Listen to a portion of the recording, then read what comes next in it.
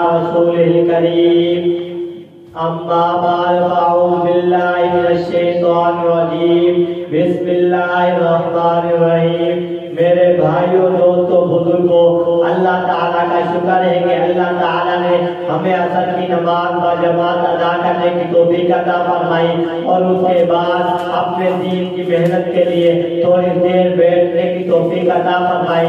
میرے بھائیوں عصر کا وقت بڑا قیمتی وقت ہے، اس وقت کی اللہ تعالیٰ نے قسمیں کھائی ہیں والعصر ان الانسان لفی خسر، حدیث پاک میں اس وقت کی بڑی فضیلت ہے۔ من صلی البردین دخل الجنہ، جس شخص نے جو ٹھنڈی نمازوں کو پڑھا وہ جنت میں داخل ہوگا۔ میرے بھائیوں اللہ تعالیٰ ہمارے مالک ہے، اللہ کے سوا کوئی ہمارا مالک نہیں، اللہ ہمارے خالق ہے، اللہ کے سوا کوئی ہمارا خالق نہیں، اللہ ہمارے رازق ہے، اللہ کے سوا کوئی ہمارا رازق نہیں۔ زندگی موت، عزت ذلت، خوشی غمی، کامیابی ناکامی سب ایک اللہ کے ہاتھ میں ہے۔ اس یقین کو بنانے کے لیے انبیاء کرام آیا کرتے تھے، آخر میں آپ صلی اللہ علیہ وسلم تشریف لائے۔